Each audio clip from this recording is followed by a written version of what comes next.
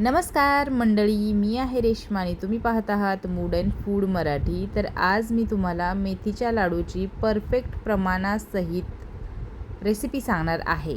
तर बऱ्याच कमेंट आल्या होत्या की पाक कसा करतेस, मेथीच्या लाडूचं प्रमाण सांग, रवा लाडूचं प्रमाण सांग, पाक कसा करतेस, अशा भरपूर कमेंट होत्या. तर म्हटलं चला याच्यावरती एक व्हिडिओ होऊनच जाऊ दे.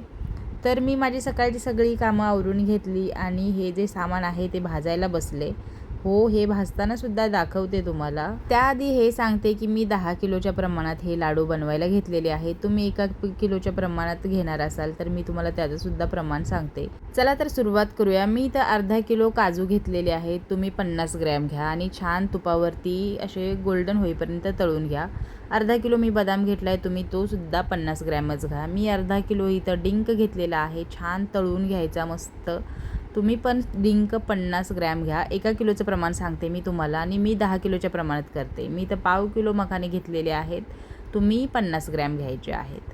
असो, तर हे सगळं छान तुपावरती परतून घ्यायचं. इथं मी पाव किलो तीळ घेतलेला आहे, पाव किलो हळीव, पाव किलो जवस घेतलेला आहे आणि 50 ग्रॅम खसखस घेतलेली आहे. तुम्ही हे सगळं किलोच्या प्रमाणात तुम्हाला करायचं असेल तर 30 ते 40 ग्रॅम तीळ, 30 ते 40 ग्रॅम हळीव, 30 ते 40 ग्रॅम जवस घेतला तरी चालतं आहे. खसखस काय 10-20 ग्रॅम वगैरे घालायची.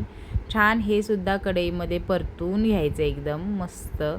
आणि एका पाटीमध्ये किंवा तुमची काय कढई परात असेल त्याच्यामध्ये ओतून घ्यायचं. नंतर मी इथं बघा खसखससुद्धा छान हळीवमध्येच ॲड करून भाजून घेतलेली आहे. तर मंडळी आता आपल्याला याच्यामध्ये गव्हाचं पीठ घालायचं आहे. गव्हाचं पीठ मी तर 10 किलोसाठी 1 किलो वापरलेलं आहे. खोबरंसुद्धा मी 10 किलोसाठी 1 किलो वापरलेलं आहे आणि खारीक पावडर असते आपली पिवळीवाली खारीक पावडर मी वापरते. तीसुद्धा 10 किलो लाडूसाठी 1 किलो खारीक पावडर वापरलेली आहे. आता तुम्ही 1 किलो लाडूसाठी 100 ग्रॅम खोबरं, 100 ग्रॅम पीठ आणि 100 ग्रॅम खारीक पावडर घ्यायची आहे. ती छान तुपावरती म्हणजे तिन्ही सगळं छान भाजून घ्यायचं आहे. खोबरं चिरून घेतलं किंवा खिसून घेतलं तरी चालतं आहे. मी अर्धच खोबरं चिरून घेतलं होतं आणि कारभारी म्हटले मी तुला देतो मिक्सरला लावून म्हणून. मग त्यांनी मिक्सरला थोडंसं लावलं होतं, ते सुद्धा मग याच्यातच घातलं. तर 1 किलो अशा प्रमाणात मी 10 किलोसाठी खोबरं, खारीक पावडर आणि गव्हाचं पीठ वापरलेलं आहे. गव्हाच्या पिठामुळं लाडू छान वळले जातात आणि थोडीशी टेस्टसुद्धा कडवट कमी होते, त्याच्यामुळं गव्हाचं पीठ घाला.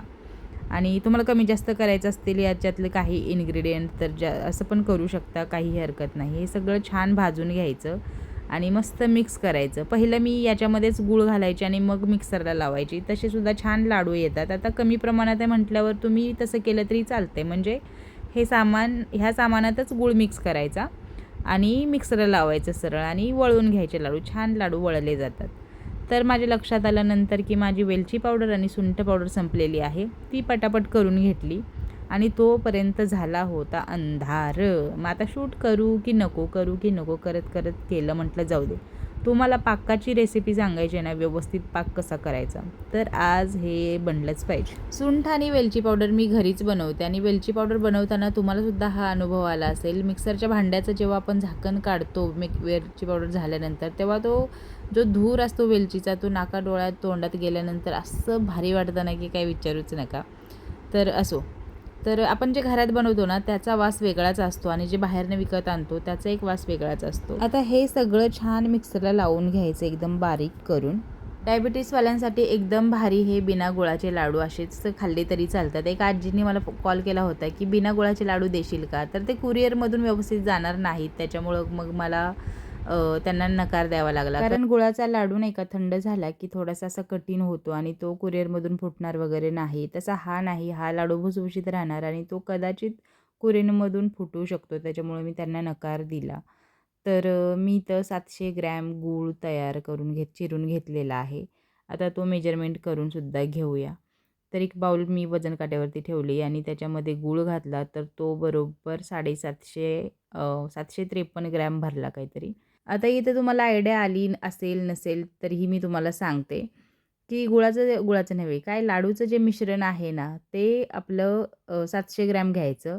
700 ग्रॅम मिश्रणाला 300 ग्रॅम गूळ वापरायचा, म्हणजे आपले 1 किलो लाडू तयार होतात. असो, पुढं तुम्हाला कळेलच. तर या कढईमध्ये मी आधी डिंक तळला होता आणि थोडंसं तूप राहिलं होतं. त्याच्यातच जो आपण गूळ घेतला होता मेजरमेंटप्रमाणे 750 ग्रॅम 2.5 किलो लाडूसाठी तो घातला आणि थोडंसं पाणी घातलं आणि गूळ वितळायला तसंच ठेवून दिला. आता इथं मी मेथीचे लाडू 2.5 किलो करणार आहे कडूवाले. त्यासाठी मला 7 आणि 7 14 आणि वरच्या 2.5 किलोचं 350 असं एकूण मला 1750 ग्रॅम हे मिश्रण घ्यावं लागणार आहे.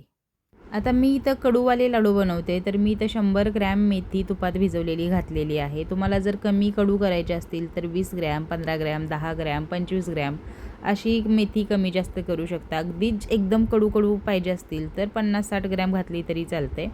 ही मेथी मी डायरेक्ट गुळाच्या पाकामध्ये घातलेली आहे आणि गूळ पूर्ण वितळला की थोडासा गॅस मोठा करायचा, गुळाला एकदम खदखदून अशी उकळी आणायची आणि बंद करून ह्या मिश्रणात सगळा गूळ ओतून घ्यायचा वितळलेला आणि छान मिक्स करून घ्यायचं. आणि गरम असताना याच्यामध्ये हात घालशीला, हाताला भाजल. पहिल्यांदा चमच्याने मिक्स करा आणि नंतर मग हळूहळू हातानं सहन होईल तसं मिक्स करून घ्या आणि लाडू वळायला चालू करा. आता तुम्ही घरच्या घरी बनवणार असाल तर वरून हे लाडू वळत असताना नाही का, वरून थोडीशी वेलची पावडर घालायची. एवढा भारी सुगंध येतो लाडूला की काय विचारूच नका. आता मी तुमच्या लक्षात राहील असं तुम्हाला प्रमाण सांगते, म्हणजे मेजरमेंटचं वगैरे सोडून द्या सगळं. तर तुम्ही जेवढं गव्हाचं पीठ, खोबरं आणि खारीक पावडर घेणार आहे त्याच्या अर्धं तुम्हाला काजू, बदाम आणि मखाने घ्यायचे आहेत आणि त्याच्या अर्धं तुम्हाला तीळ, हळीव आणि जवस घ्यायचं आहे. म्हणजे 100 ग्रॅम खोबरं, 100 ग्रॅम गव्हाचं पीठ, 100 ग्रॅम खारीक पावडर असेल तर तुम्हाला 50 ग्रॅम काजू, 50 ग्रॅम बदाम, 50 ग्रॅम मखाने घ्यायचे आहेत आणि 25-25 ग्रॅम हळीव, जवस आणि तीळ घ्यायचे आहे असं.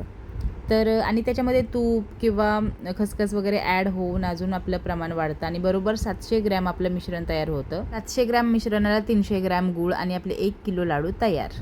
तर इथं 2.5 किलो कडू लाडू तयार करून घेतलेले आहेत. पाटीमध्ये तुम्हाला जे मिश्रण दिसतंय ते नॉर्मल लाडूचं आहे. आता मी मेथीचे जे नॉर्मल म्हणजे कमी कडूवाले लाडू आहेत ते सुद्धा तयार करून घेतलेले आहेत. तुम्हाला स्वतःला लाडू करायचे असतील तर या पद्धतीनं करा. तुम्हाला नसतील करायचे तर मला ऑर्डर द्या, कमेंटमध्ये नंबर देते. चला सबस्क्राईब करून घ्या.